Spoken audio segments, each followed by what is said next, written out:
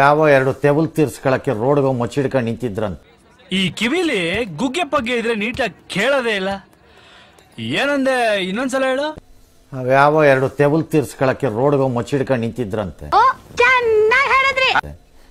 ಏನ್ ಮಹಾತ್ಮ ಗಾಂಧಿ ಮೊಮ್ಮಕ್ಕಳ ಅಥವಾ international Hollywood ಸ್ಟಾರ್ಗಳ? ಈ ಫಿಗರ್ ಎಲ್ಲೋ ನೋಡ್ದಂಗೈತಲ್ಲ, ನಂಗೂ ಹಂಗೆ ಅನ್ನಿಸ್ತ.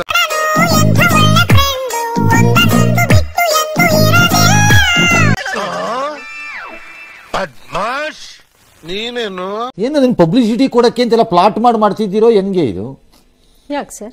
ನನಗೆ ಯಾಕೋ ಡೌಟ್ ಬರ್ತಿದೆ ಇದು ನೋಡಿದ್ರೆ.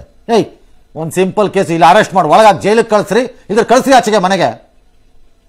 ಯಾವ್ದೇನು ಇಂಟರ್ನ್ಯಾಷನಲ್ ಇನ್ವೆಸ್ಟಿಗೇಷನ್ ತರ ನಡೆಸ್ತಾ ಇದ್ದಾರೆ ಕೂತ್ಕೊಂಡಿದ್ದೇನೆ. ಈ ಶೋಕಿ ಎಲ್ಲ ಬಿಟ್ಬಿಟ್ಟು ಹೂವು ಸೊಪ್ಪು ಮಾರ್ಕೊಂಡಿದ್ರೆ ಬದುಕ್ತೀರಾ, ಇಲ್ಲಾಂದ್ರೆ ಫೋಟೋನೇ ದೊಡ್ಡದಾಗಿ ಇಲ್ದಿದ್ರೆ ಶರ್ಟ್ ಬಿಚ್ಬಿಟ್ಟು ಪೆರೇಡ್ ಮಾಡಿಸ್ರಿ ಕಚಡಗಳು ಅಂತೇಳಿ. ಇಲ್ಲ ಸರಿ ಇದ್ದಾರೆ ಅಂತೇಳಿ ಮನೆ ಕಳಿಸ್ರಿ. ಏನು ಇನ್ವೆಸ್ಟಿಗೇಷನ್ ಏನ್ ನಡೀತಿದೆ?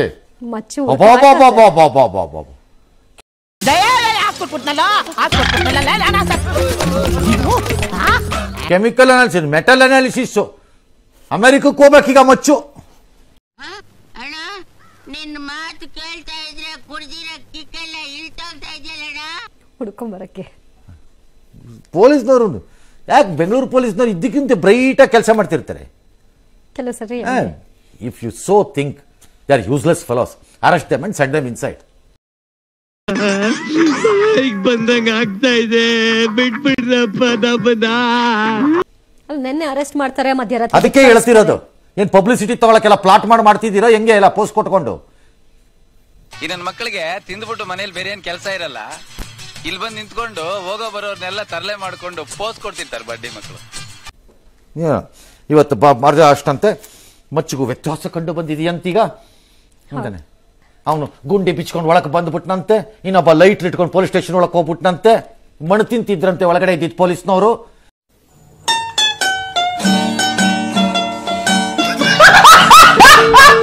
ಬೇರೆ ಯಾರು ಬಡವ ಸ್ವಲ್ಪ ಜೋರಾಗಿ ಒಳಗೆ ಬಂದಿದ್ರು ಎರಡು ಕಪಾಳಕ್ಕೆ ಬಿಡ್ತಿದ್ರಂತೆ. ಈಗ ಏನು ಮಾಡ್ತಿದ್ರಂತೆ, ಕಣ್ಣು ಮುಚ್ಚಿಕೊಂಡು ಹಾಲು ಕುಡಿಯುತ್ತಿದ್ದಾರಂತೆ ಪೊಲೀಸರು.